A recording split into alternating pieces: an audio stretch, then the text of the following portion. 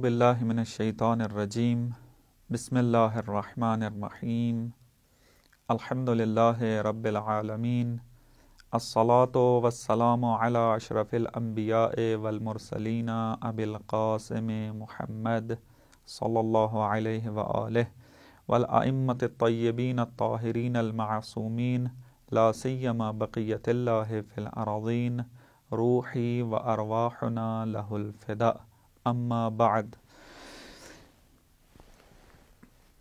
ہماری بحث مسئلہ امامت میں چل رہی ہے۔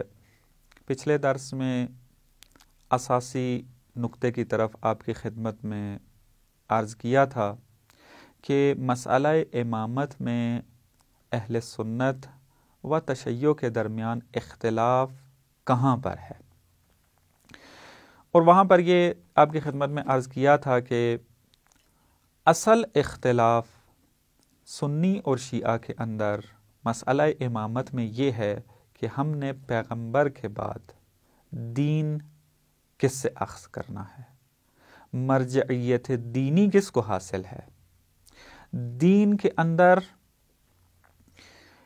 کون ہے ایسا کہ جو دین کا صحیح مفسر بھی ہو اور صحیح حافظ بھی ہو اور اس کو صحیح طریقے پر اجرا بھی کر سکتا ہو۔ اہل سنت کے ساتھ اصل اختلاف ہمارا اس نقطے کے اندر پایا جاتا ہے۔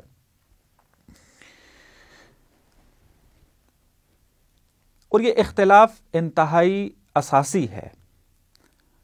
بعض حضرات یہ کہتے ہیں کہ آپ کیوں بار بار مسئلہ امامت کے اوپر گفتگو کرتے ہیں؟ مسئلہ امامت میں سوال یہ اٹھتا تھا کہ خلیفہ پہلا کون ہے، یہ تاریخی مسئلہ بن چکا ہے، یہ وقت گزر چکا ہے۔ اب خلیفہ جس نے بننا تھا، چاہے وہ درست بنا یا غلط بنا، وقت گزر گیا ہے، چھوڑیں اس مسئلے کو، اب اور مسائل کے اوپر اساسی ترین جو ہے اس پر ڈسکس کریں۔ یہ اختلاف کا محور ہے، کیوں اس کے اوپر بار بار ڈسکس کی جاتی ہے؟ جواب یہ ہے کہ اگر اختلاف یہ ہوتا کہ پیغمبر کے بعد کسی طریقے سے کوئی خلیفہ بن گیا تو ممکن تھا کہ اس صورت میں یہ مسئلہ تاریخی شمار ہوتا، اور چونکہ تاریخ کا وہ وقت گزر چکا ہے لہٰذا اب اس کے بحث کرنے کی کوئی ضرورت محسوس نہ ہوتی۔ اب حاکم جس نے بننا تھا وہ بن گیا، سلسلہ چل رہا ہے، دین چل رہا ہے، پھیل رہا ہے، مسلمان زندگی گزار رہے ہیں اکٹھے، اس مسئلے کو نہ چھیڑا جاتا۔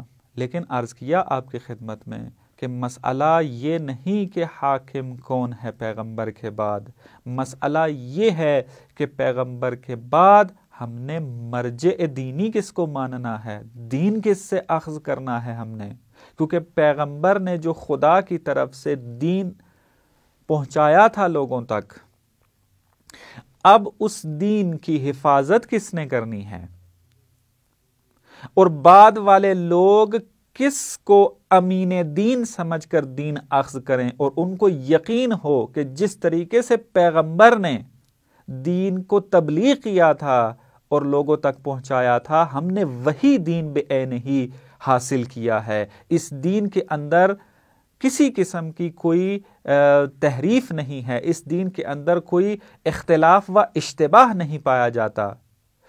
یہ کب ان لوگوں کو اطمینان ہوگا کہ ہم نے درست دین اخذ کیا ہے؟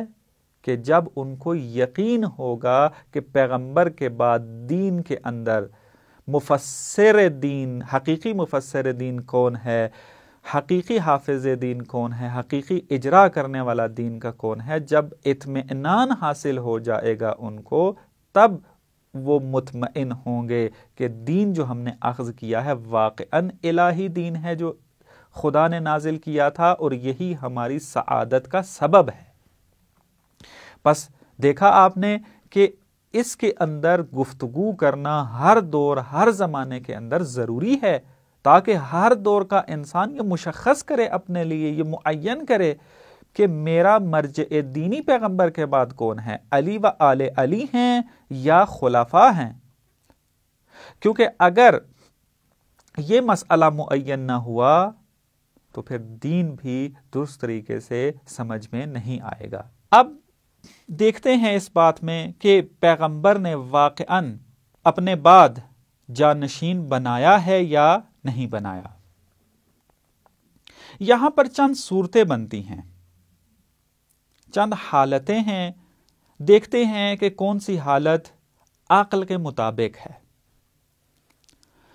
پہلے یہ ایک نقطہ عرض کر دوں آپ کی خدمت میں، جو کہ پہلی گفتگو میں بھی عرض کیا تھا، دوبارہ تکرار کر دیتا ہوں، وہ یہ کہ یہ بات ذہن میں رہے کہ دین اسلام قیامت تک کے لیے ہے، اس کے بعد کوئی دین نہیں آنا، یہی سعادت بشر کا حامل ہے۔ پیغمبر کی زندگی محدود ہے۔ تیسرا نقطہ یہ کہ اسلام کے دشمن موجود ہیں جو اسلام کے لیے خطرہ واقع ہو سکتے ہیں اور ہوئے بھی ہیں۔ ایک خطرہ جو اسلام کو لاحق ہے وہ یہ کہ دشمن نفاق کی صورت میں وارد ہو، منافق بن کر اسلام کے دائرے کے اندر آئے اور اسلام کے محتوا کو ختم کرنا چاہے، اس کے اندر کے جو معنویات ہیں، جو معارف ہیں بلند، اس کو کھوکھلا کرنا چاہے۔ یہ جو تحریف کا خطر ہے، یہ بہت بڑا خطرہ ہے۔ پیغمبر نے اپنے دور میں انتہائی خوبصورتی کے ساتھ اس مشکل کو حل کیا۔ اب کہ جب پیغمبر اس دنیا سے جا رہے ہیں اور یہ خطرات ابھی تک باقی بھی ہیں، تحریف کا خطرہ ہے، انحراف کا خطرہ ہے، تو اب آیا پیغمبر اپنے بعد ایسی شخصیت چھوڑے جا رہے ہیں کہ جو مثل پیغمبر ہو، علم کے اندر، فضیلت کے اندر، اور پھر اسی طریقے سے جس طریقے سے پیغمبر نے دین کی حفاظت کی، یہ بھی اسی طریقے سے دین کی حفاظت کرے، دین کی تفسیر کرے، یا نہیں چھوڑ کر گئے۔ تین حالتیں ہیں۔ پہلی حالت یہ ہے کہ پیغمبر بالکل نہیں چھوڑ کر گئے، پیغمبر نے اصلاً مسلمانوں کے لیے کوئی تکلیف مشخص ہی نہیں کی، کہا کہ بعد میں مشخص کر لینا، جس سے بھی تم دین لیتے رہے، کوئی اس کے اندر حرج نہیں ہے۔ دوسرا یہ کہ امت خود پیغمبر کے دور کے اندر اتنی زیادہ باشعور ہو چکی تھی کہ وہ خود دین کی تبلیغ کر سکتے تھے، خود وہ دین کے اندر اختلاف کو روک سکتے تھے، وہ خود اس قابل تھے کہ تحریف نہ ہونے دے، نفاق کے خطر سے بچ سکیں۔ اور تیسری چیز یہ ہے، تیسری حالت یہ بنتی ہے کہ نہ، پیغمبر اپنے بعد ایسی شخصیت چھوڑ کر گئے ہیں کہ جو حقیقی مفسر قرآن ہے، حقیقی مبین سنت ہے، اور حقیقی اجرا دین کا کرنے والا ہے، حقیقت دین کو اجرا کرنے والا ہے۔ پہلی حالت تو بالکل عقل کے منافی ہے، یعنی ممکن نہیں ہے کہ اسلام کو خطرہ ہو نفاق کا، تحریف کا، کیونکہ اس اسلام نے قیامت تک رہنا ہے اور یہ خطرے ہر زمانے کے اندر موجود ہیں، اور پیغمبر بے تکلیف لوگوں کو چھوڑ کر چلا جائے، یہ اصلاً عقل کے منافی نہیں ہے۔ عاقل انسان کبھی اس بات کو نہیں مانے گا کہ اتنا بہترین دین اور ایسا دین کہ جو قیامت تک رہے گا، نہیں معلوم قیامت کب آئے گی، ہزاروں سال، کروڑوں سال بعد نہیں پتا، اس دین کا حافظ مقرر کیے بغیر پیغمبر اس دنیا سے چلے جائیں، یہ عقل تسلیم نہیں کرتی۔ پس پہلی صورت باطل ہے۔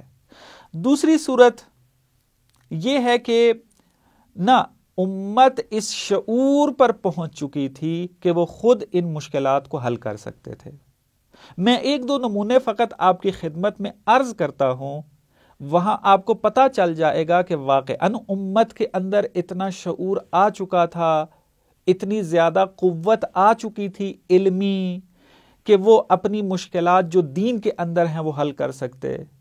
میں آپ کی خدمت میں ایک دو چیزیں عرض کرتا ہوں۔ مثلا وضو کا مسئلہ ایسا مسئلہ ہے کہ جو انسان 5 وقت جب نماز پڑھتا ہے اس کو انجام دیتا ہے۔ پیغمبر کو اپنی آنکھوں سے دیکھتے رہے وضو کرتے ہوئے، لیکن پیغمبر کے بعد فوراً اس کے اندر اختلاف پیدا ہو گیا۔ آج امت مسلمہ کو دیکھ لیں کہ دن میں حد اقل 5 مرتبہ وضو جو ہوتا ہو جس معاشرے کے اندر، اس کے اندر اختلاف موجود ہے، آیت کے اندر اختلاف موجود ہے، جو یہ ہے فَاغْسِلُوا وُجُوهَكُمْ وَأَيْدِيَكُمْ إِلَى الْمَرَافِقِ وَامْسَحُوا بِرُؤُوسِكُمْ وَأَرْجُلَكُمْ إِلَى الْكَعْبَيْنِ۔ اب یہاں پر اختلاف ہے کہ یہ جو ارجلکم ہے یعنی پاؤں جو ہیں، اس کا عطف کہاں ہو رہا ہے؟ آیا رؤوسکم کے اوپر ہو رہا ہے یا ایدیکم کے اوپر ہو رہا ہے؟ اگر برؤوسکم پہ عطف کریں تو مسح کرنا واجب ہے، اور اگر ایدیکم کے اوپر عطف کریں تو اس وقت دھونا واجب ہے۔ آج تک آپ دیکھ لیں امت مسلمہ میں اختلاف ہے، کوئی کہتا ہے کہ رؤوسکم کے اوپر عطف ہو رہا ہے، کوئی کہتا ہے ایدیکم کے اوپر عطف ہو رہا ہے۔ پس معلوم ہے کہ اتنی واضح سے فعل کے اندر امت مسلمہ اپنے اندر اختلاف حل نہ کر سکی تو بڑے مسائل میں انہوں نے کیسے اختلاف حل کیا ہوگا؟ اسی طریقے سے ایک اور آیت ہے السارق والسارقۃ فاقطعوا ایدیہما، اگر کوئی چوری کرے تو ان کے ہاتھ کاٹو۔ اب سوال یہ، ہاتھ کہاں سے کاٹیں؟ انگلیوں تک کاٹیں، اس مچھ سے کاٹیں، یا اس کوہنی سے کاٹیں؟ کہاں سے کاٹیں؟ امت مسلمہ میں اختلاف موجود ہے، آج تک اس مشکل کو حل نہیں کر سکے۔ پس معلوم ہوا کہ امت مسلمہ اس درجے تک نہیں پہنچی تھی کہ وہ خود اپنے اندر اس دین کے اختلاف کو حل کر سکیں، دین کی تفسیر کے اختلاف کو حل کر سکیں۔